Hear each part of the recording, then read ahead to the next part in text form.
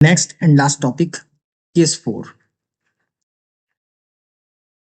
सबसे important topic है बेटा पूरे एक्सरसाइज का ये method of variation of parameter. Method of variation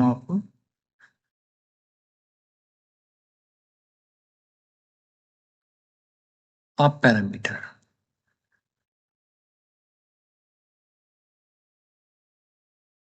इसका बेसिक कॉन्सेप्ट क्या है?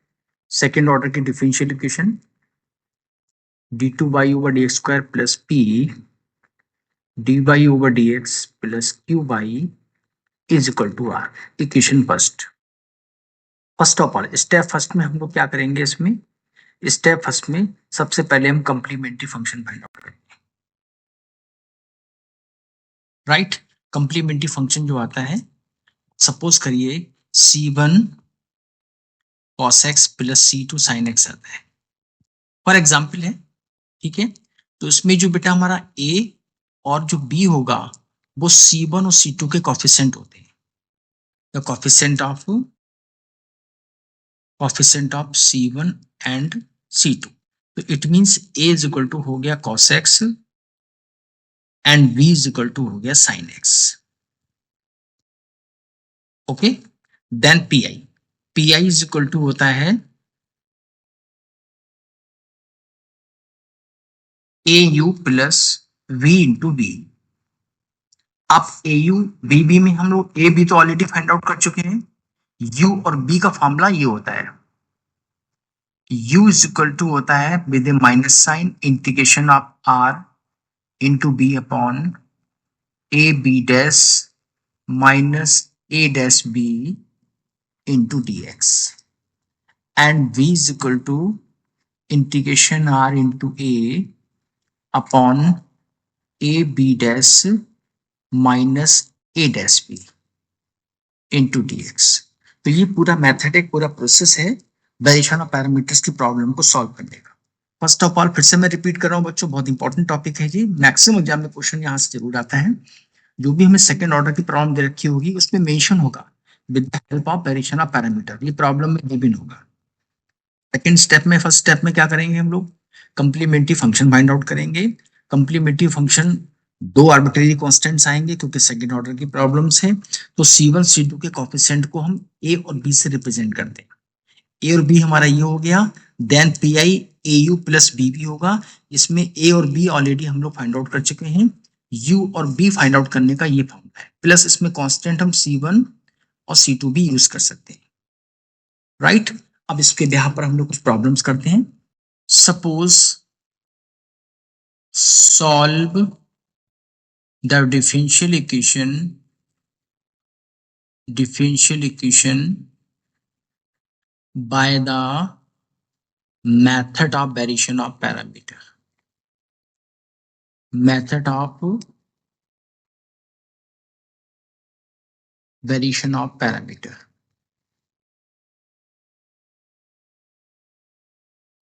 d2y/dx² plus a² y is equal to sec ax। तो बच्चों इस प्रॉब्लम को हम लोग सिंपल सीएफ और पीआई से भी कर सकते हैं और वेरिएशन ऑफ पैरामीटर की हेल्प से भी कर सकते हैं, लेकिन क्वेश्चन पर डिपेंड करता है क्वेश्चन जिस फॉर्म में आपसे कहेगा। क्वेश्चन सिंपली कहता है अगर कि सॉल्व द डिफरेंशियल इक्वेशन, तो यू आर फ्री, आप चाहे सीएफ पीआई से करिए और चाहे method of variation of parameter से करिए। तो उसके लिए स्टेप फर्स्ट में मैंने क्या बताया था, सबसे पहले इसको हम ऑक्सिलरी इक्वेशन बनाएंगे, हम d² plus a² into y is equal to sec ax। तो इसका ए ई हो जाएगा बेटा हमारा m² plus a² is equal to 0, तो m की वैल्यू आ गई प्लस माइनस ए आई। उसका कंप्लीमेंट्री फंक्शन कितना हो जाएगा? c1 cos ax plus c2 sin ax। Right, then P I is equal to, जैसे कि मैंने अभी स्टेटमेंट में बताया था आपको, u a plus b into b, ये बेटा हमारा हो गया पी आई। अब यहां से पी आई निकालने के लिए सबसे पहले हमें u और b की रिक्वायरमेंट होगी। तो u इज इक्वल टू होता है minus of r into b upon A B dash minus A dash B into D x, right. तो यहां से माइनस आर, आर बेटे कितना है हमारा स्टार्टिंग में, देखो ये जैसे कंपेयर करेंगे P Q as it is है बिल्कुल, sec A X into D X upon A B dash. अब यहां से बात करते हैं ए कितना है हमारा, ए हो जाएगा cos A x and b is equal to sine a x. ये C1 और C2 के कोफिशिएंट को जैसे मैंने पहले बताया ए और बी से रिप्रेजेंट करते हैं, तो ए डैश हो जाएगा minus A sign a x और बी डैश हो जाएगा ए कॉस ए एक्स। यहां से क्रॉस मल्टीप्लाई कर लेते हैं, क्रॉस मल्टीप्लिकेशन से a B dash minus A dash b is equal to आएगा a cos square a x minus minus plus a sine square a x. तो यहां से ए कॉमन ले लेंगे हम, तो a B dash minus A dash b ये हो जाएगा ओनली ए। तो ये a B dash minus A dash b की वैल्यू आ गई, और यहाँ पे आर हमारा सेक ए एक्स है और बी की वैल्यू देखो यहाँ से बी हमारा कितना है, साइन ए एक्स है, साइन ए एक्स हो गया अपॉन इंटू ए आ गया। Therefore minus of 1 upon A, तो एज इट इज रहा ये, सेक का मतलब हो गया 1 अपॉन कॉस, तो साइन अपॉन कॉस ये नहीं हो गया टेन ए एक्स इंटू डी एक्स। तो हम लोग जानते हैं माइनस 1 अपॉन ये टेन एक्स का इंटीग्रेशन कितना होता है, log sec A X into 1 upon A. तो बेटा ये u आ गया। अब इसमें प्लस सी और माइनस सी की बात अगर हम करते हैं, अगर यहाँ पर हम लोग यहाँ पे कंप्लीमेंट्री फंक्शन को अगर प्लस करते हैं y के साथ, जैसे y is equal to c a plus P i होता है, तो हमें C1 और C2 लगाने की रिक्वायरमेंट होगी, अदरवाइज नहीं। अगर इसको हम ऐड करते हैं तो C1 C2 लगाने की कोई रिक्वायरमेंट नहीं। नेक्स्ट हम निकालते हैं b, तो b इज इक्वल टू होता है r into A upon A B dash minus A dash B into D X. आर हमारा सेक ए एक्स है और ए हमारा है cos A X upon A into D x. Therefore 1 upon A भारे हो गया, सेक का मतलब 1 upon cos, 1 upon cos into cos यानी कि 1 इंटू डी एक्स। तो इसका इंटीग्रेशन 1 का x हो गया, तो ये x अपॉन ए आ गया। तो ये वैल्यू हमारी v की हो गई, x अपॉन ए आ गया, और u भी हमें मालूम है, इससे हम लोग y is equal to c a plus P i में पुट करके प्रॉब्लम का सोल्यूशन फाइंड आउट कर सकते हैं। तो y इज इक्वल टू हो गया C1 cos ax plus C2 sin ax plus au। a हमारा कितना है, a हमारा cos ax है और u हमने अभी निकाला है 1 upon A square log sec ax plus v हमारा sin ax है और into B X upon A.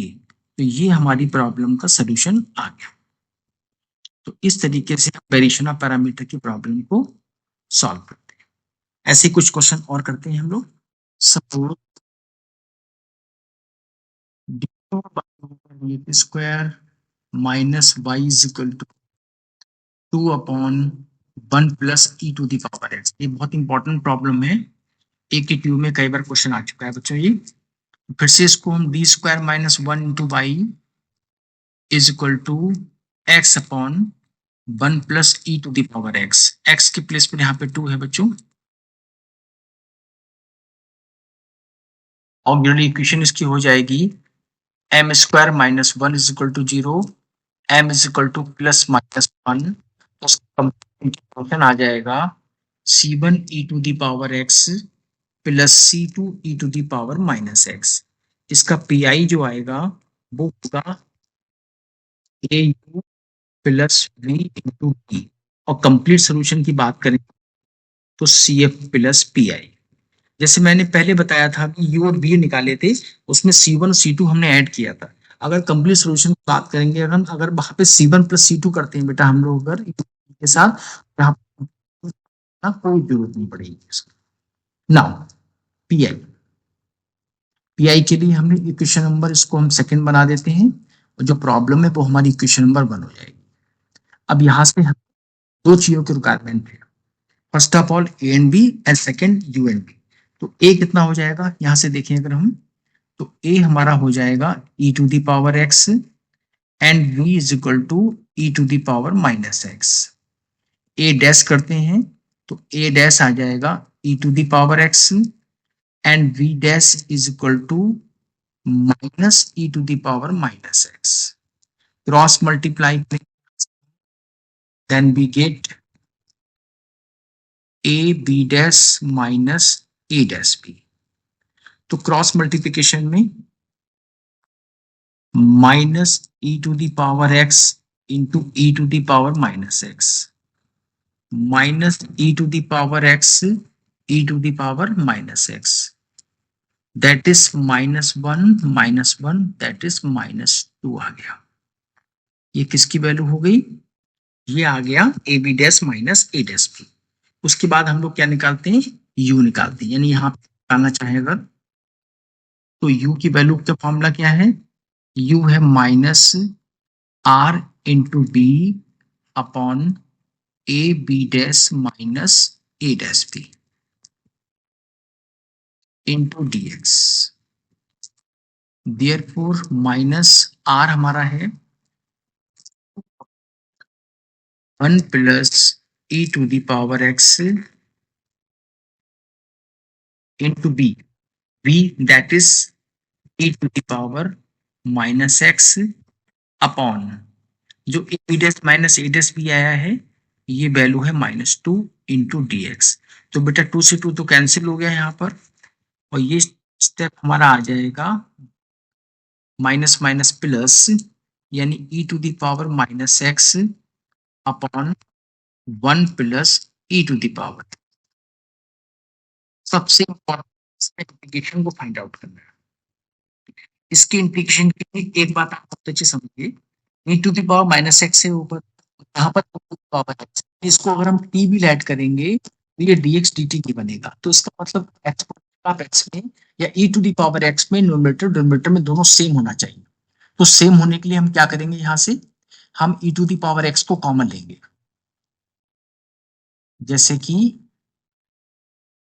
E to the power minus x तो एज इट इज रहा, यहां से अगर हमने e to the power x को कॉमन लिया तो ये हमारा e to the power minus x हो जाएगा और ये प्लस वन और इंटू डी एक्स हो जाएगा, राइट।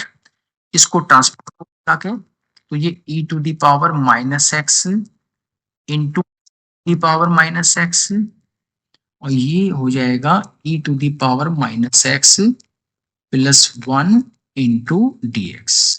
अब इसका इंटीग्रेशन बहुत इजी हो जाएगा, इसको हम टी ऐड करेंगे और टी ऐड करके इसको इजीली सॉल्व कर सकते हैं।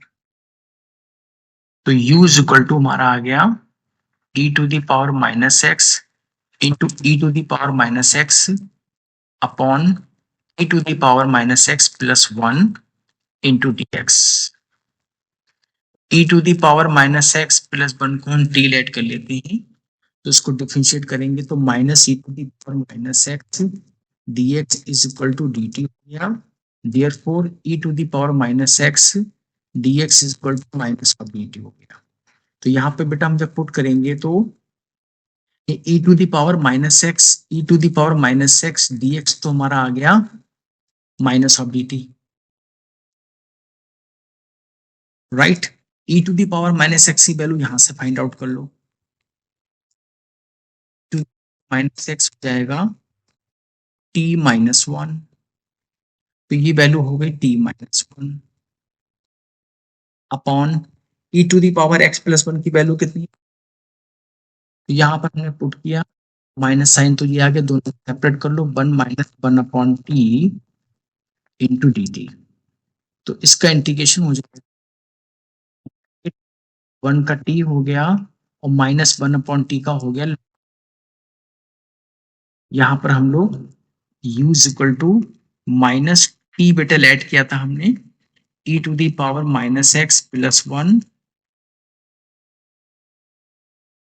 माइनस लॉग e⁻x-x+1, ये वैल्यू हमारी आ गई u, ये u आ गया। अब हम बात करते हैं b।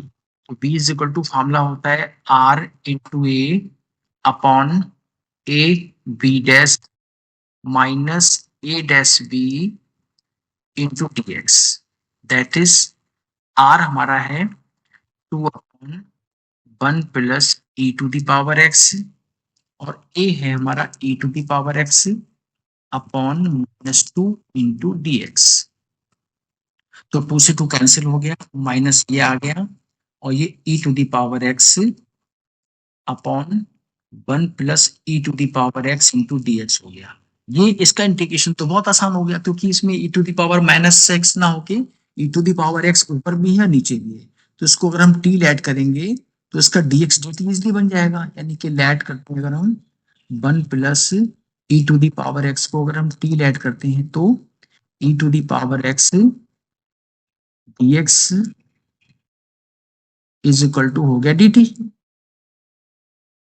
देयरफॉर ये बन जाएगा -1/t इंटू डी टी,